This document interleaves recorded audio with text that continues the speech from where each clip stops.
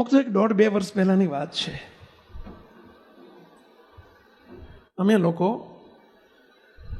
અમે મોડાસા ગયેલા. મોડાસા જોયું ને પેલા. અને અમારી એક પધરામણી હતી. ગાડી નીકળીને પાછળ, આપણી ગાડીની પાછળ પેલું સ્વામિનારાયણ ધામ લખેલું.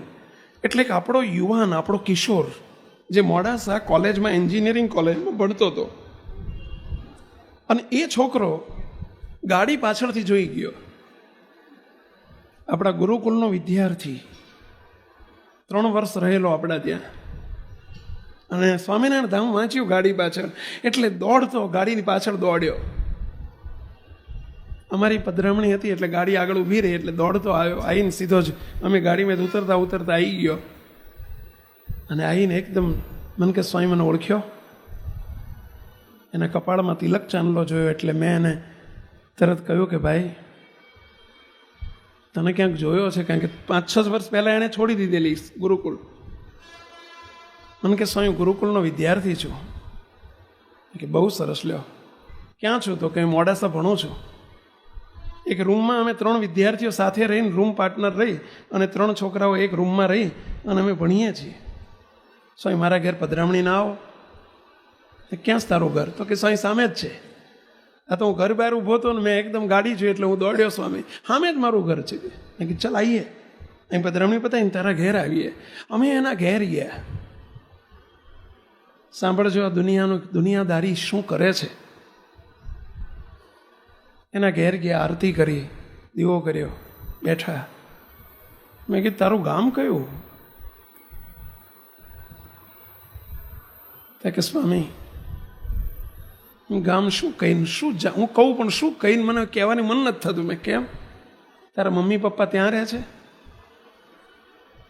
આટલું કીધું ને એની આંખમાં દડ આંસુ પડવા માંડ્યા. રડી પડ્યો છોકરો, રડી પડ્યો.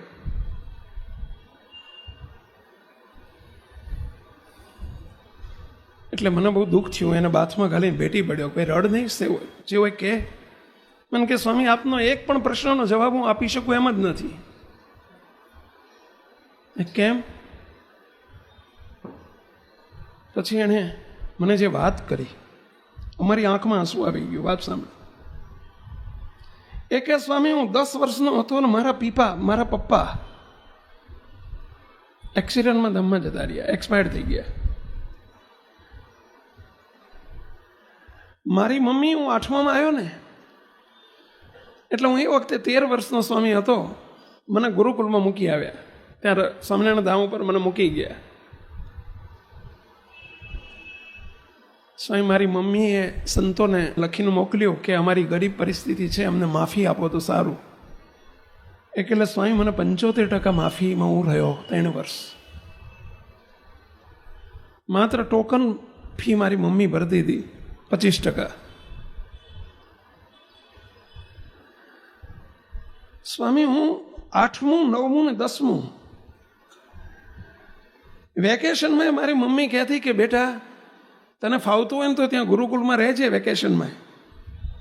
મને હું કહું, મમ્મીને કહું કે મમ્મી હું ઘેર આવું, તો મમ્મી કે ઘેર શું દાટ્યું છે, તારા પપ્પા છે નહીં, હું બહાર ગમે ત્યાં નોકરીએ જવું. એ નોકરી કરતા કે સ્કૂલમાં એક. મને ઘેર જવા નહોતા દેતા.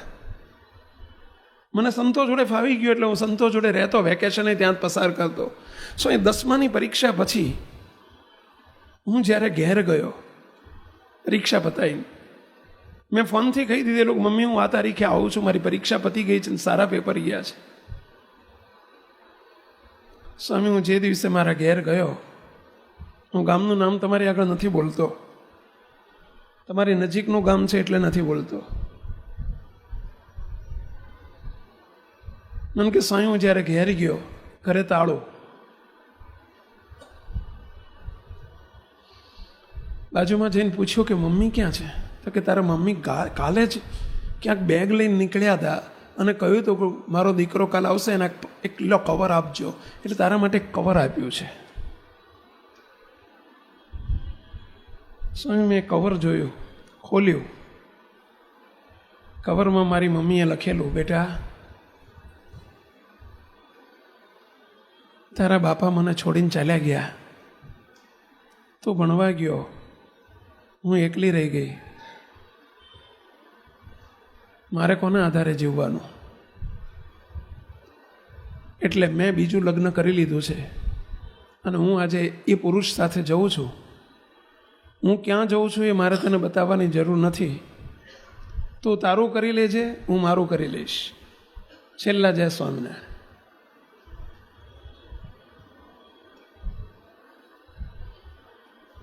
સ્વામી મારી સગ્ગી મમ્મી, મારી જન્મદાતા મમ્મી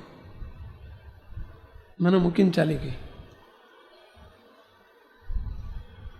આ બનેલો પ્રસંગ કહું છું.